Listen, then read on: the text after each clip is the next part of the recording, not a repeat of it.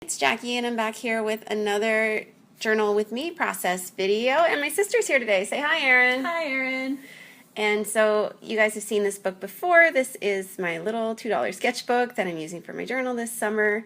And I'm starting my pages by just finding some things I want to put on the page. So this page is about my sister's first 5K run, and we did like a race on Canada Day. And so I've got some pictures that I want to put on it, and then I've got this bib that we wore while we did it, and so I'm cutting some little bits out of that, anything that looks good. I wish I could use the word finisher, but it's way too big for these pages when I want to use so many photos. And then I think I'm just going to fussy cut out this little maple leaf because what's Canada Day without a maple leaf? But yeah, the photos that I'm including, I took a picture of my sister. I don't know if she noticed while she was running. I snapped a photo of her. And then I have a picture of us crossing the finish line that my husband took, and then I have a picture of the three of us with our medals at the end. And this was actually a virtual race, so you sign up for it online. They mail you the bibs and the medals, and you can do it anywhere. And we did that because it's a low-pressure thing for Erin's first run. Which I needed. So there you see me cutting my husband out of the first picture. First I put the Canada Day embellishment over his face, and then I felt bad about that, so then I cut him right out of the photo, and then I felt a little bad about that, but he's in the other photo, so I think it's okay. Just please don't tell him. And then I just trimmed down my photos a little bit because they're taking up way too much of the page, and I want to have a little bit of room to write. Yeah, and I just kind of arrange them in chronological order and just get a basic idea of where my elements are going to go, and that's how I start a page. So I think once I get all that figured out, if you're on my Facebook group, which is Creative Journalers, I'll leave a link to it below. One of our members there, Catherine, who is on YouTube as Read Journal Love, I believe. Yes. She's one of my favorite YouTubers, and I feel really lucky that she's in our group. And she issues a weekly prompt, and I do not follow them in a timely manner. But a few weeks ago, the weekly prompt was to draw a map, and I'm just now getting to it. So I have my Nike app, and it tracks our runs for us, and the GPS kind of generates a map, and I decide that I'm going to draw it into my journal. So that's what you see me doing there, and it's quite a lot of, it takes me some time to do that. So if you're not interested in time-lapse art, maybe skip a few minutes ahead in the video because it does take me a bit of time to put this together. I did speed it up quite a bit, so but I thought you might want to see my process, so that's what I've got here. So the route that we did was a run through the city. It starts in the park and it ends in the park. And Erin, you want to tell us what it was like running on concrete for the first time? It was very difficult. For a little background, I've got a back injury. Running is very difficult, and I would not even be doing it if not for Jackie. So kudos to Jackie as my coach. And honestly, John, her husband, is definitely a coach too. So for me, the run felt like eternity, but I know that Jackie had done everything she could to make sure it was like the flattest, easiest route possible. We don't like hills. And I'm very grateful for that. I would not have done this without her help. Yeah, I don't know. It was just a run through the city. It was hot and it was difficult, but I did a lot better than I thought I was going to, and I felt very, very, very happy with myself. And I feel like it was a nice route in that when I was circling back home, it was obvious, and that made me feel good because I knew home was coming. And every time I could see like a hill in a distance, Jackie'd be like, "We're turning before we get to the hill," and that was fantastic. I had my route carefully mapped, and we went for brunch afterwards, and that was good. It was, and I was so tired. I've never been so sleepy in my life, which surprised me. That was not the feeling I thought I was going to have. I thought I was going to be in a lot of pain, and all I wanted to do was just sleep. I felt great otherwise. Yeah, so that was our adventure. So just to kind of give you a little heads up on what I was doing here. So I drew it out in pencil first, and then I went over it with pen, and I used I forget what kind of pen that is. It's not a Micron. It's do you know what that one is, Erin? It's the Is that one of the yeah, Prisma pens? It's a Prismacolor pen, and it's doesn't move when it gets wet because I'm going to use watercolor to color this in, and so I just picked one that's not going to move. So yeah, I do all the main roads with a ruler to keep them straight so they actually look like roads, And then after it was all done, I went in with a pencil and I just lightly drew in all the little roads. I thought if I did it with pen, the whole thing would be too busy. I just want to say, as a trained cartographer, Jackie makes a lovely map here. Oh, thank you. So then I grabbed my Cotman colors. I've said it before, but this palette, I've got a video on my channel if you want to see how I put it together, but it's Winsor Newton Cotman colors. And I just love Payne's Gray. I'm so in love with this color, which is strange because normally I like bright colors. So I use that to do all of the city sort of areas on the map, and then I just do the parks in green and the roads in yellow. My overall color scheme for the page is, I'm totally copying my sister. She already journaled these days, and she did all the colors on the page in the color of our shirts. I wore pink, she wore purple, my husband wore blue. So I'm actually going to do the same thing on my page, but first I have to get this map drawn. And it turned out pretty cute, I think. It's my first time ever drawing a map, so thank you, Catherine, for the prompt, because I probably wouldn't have done this if you hadn't suggested it. And now I know how to draw maps, and it's really easy and it's really fun. And I like drawing straight lines. Map making is really quite nice. You drew one for the prompt, right? Yeah, I did a map of Denmark. Oh, that's right, you did, and it was really nice. My sister has a YouTube channel too. I'll link to that one below too.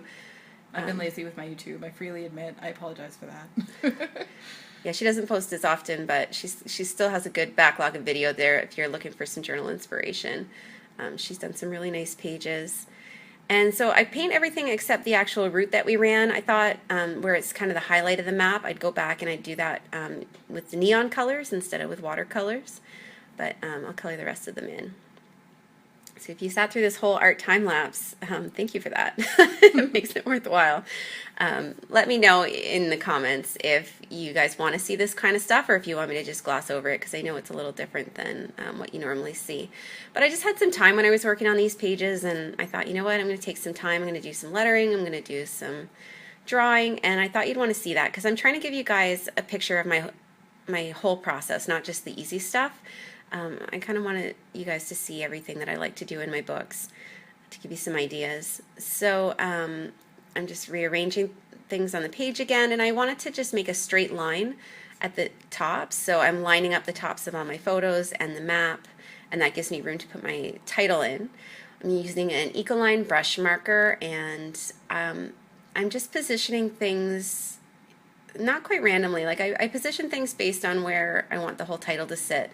So I definitely knew I wanted the 5K to be kind of double height and in that corner. And then the full title is called Erin's First 5K, and I just wanted to put one word on one page and one word on the other. So that's the way I kind of draw them in. I'm impressed that you just eyeballed that. Like anything big and that I want to be straight, I always have to sketch it in because I cannot get things straight to save my life.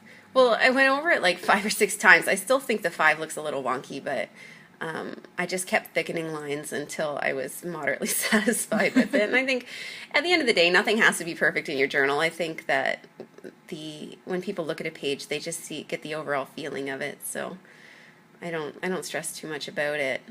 And then I just decide more color, more color, more color. I just can't seem to resist adding color to everything. So I wanted to get some blue in there, and I decided I'm going to paint all around the top of the page, but the Ecoline brush markers are actually watercolor markers, so I have to be really careful I don't touch anything that I just wrote because the ink will run. It'll all blend together. So I'm just using this really fine brush to get in around the letters. I could have left white space. I don't know why I struggle so much to leave white space. Because color is lovely. Yeah, I just like to add a ton of color everywhere. So yeah, basically I'm just going to paint all the way around there. Oops. And I realized after I did this page and filmed it for you guys that it's really similar to my first process video. And so I do apologize that it's very similar. I use the same colors, I use the same washi tape, which is funny because it's a washi tape I almost never use. But I think I do things a little bit differently, and for some reason I seem to be gravitating towards these colors. I was flipping through my journal, and I think 3 pages in a row were all blue and pink and purple. It just seems to be colors that I'm gravitating towards. That, and my other pages have all been green for the summer. I don't know. Because you always like jewel tones. You like the bright. Yeah, maybe. I think it's because I'm always trying not to use pink. I always want to make everything pink. And then I think, what else can I use that isn't pink? And then I end up using blue. And so everything turns out blue. I do that too, though. I have colors I always want to use. Like, you leave me alone and I'll just purple everything. Well, this is why I did these pages purple, is because they're about you. So purple was a no-brainer. Yeah. Anytime I do a page about my sister, I always do it purple. Well, when I did my pages for this, so Jackie had mentioned that we did the same colors, the pink, purple, and blue. And I did it again in response to one of Catherine's prompts. She had wanted us to do a watercolor wash, so I did it in the colors of our shirts. But I've been watching... I've seen videos where people are always like, well, I picked this because it went with the splash of color in my photo, so I've been trying to do that more. Oh, it looks like I skipped some of the video in there. I used a Sharpie pen to write the time and the distance on those little pieces of ephemera. I know I recorded that. I'm not sure how it didn't make it into the video. And then now I'm just kind of tacking everything down. We're committed at this point, so just using my tape runner. And those are just the little cheapy ones that get Dollarama. Did you dry the page after you did the watercolor? Did you dry it? No, I kind of let it air dry, and I just cut that part out of the video, I think. It seems like something I do.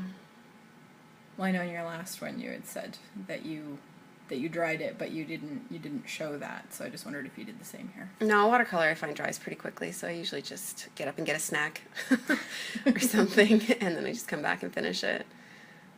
But yeah, we're just sticking everything down, and there's not too much more to this page, I don't think. Well, that's my last page. There's a process video on that one on my channel too. So I'm just putting some washi tape down the side, and a little more purple. A little more purple. I only own 2 purple washi tapes, so that's why it's the same one that I used last time. I briefly considered using the other one, but this one just kind of fit better. I was looking at my washi tapes. I think I have something like 100 rolls. It's really ridiculous. And only 2 of them are purple. And you still never have the right one either. Oh, I wouldn't say never. I often do. But I didn't want to use this one as soon after I used it before as I did. And then just to kind of, I like to put everything in 3s. So we've got purple writing and purple tape, and then I just thought the bottom needed a purple element too. And now it's kind of makes a little triangle in the page, and I think it draws your eyes in a good way. And I do the same thing with the red elements. Like I've got the Canada Day logo, and then I've got these distance time things, and then I put the, I guess that's 2, and then I put the maple leaf, and again it forms just like a shape that draws your eyes in all of the directions and not just focuses on one point. You're more daring than me. I would never put red and purple together. That scares me. I would have put any color that was on the bib. I really wanted to include the bib. And then I've just got this Smashbook date stamp, and I use this one pretty often, but it had a sentiment on it that I wanted to use, which was "This warrants a fist bump." Although my preferred gesture for success is a jumping high 10. I still enjoy a good fist bump, so that's what I used. You didn't suggest a jumping high 10. I would have done one. Oh, well, we still could. It's good, and it didn't stamp cleanly because it's so close to the inside spine, and this book is starting to get a little bulk in it by now, so I just go over with a really thin pen and clean it up. And then I just feel like I need a little more pink to kind of pull it together, so I grab my marker. It's just a Letraset neon marker that I got on clearance at Michael's a few months ago, and just do some stitching, and that's it. Those are my pages. There it is with the writing, and I just want to say thanks to everybody for watching. Say bye, Erin. Bye, Erin.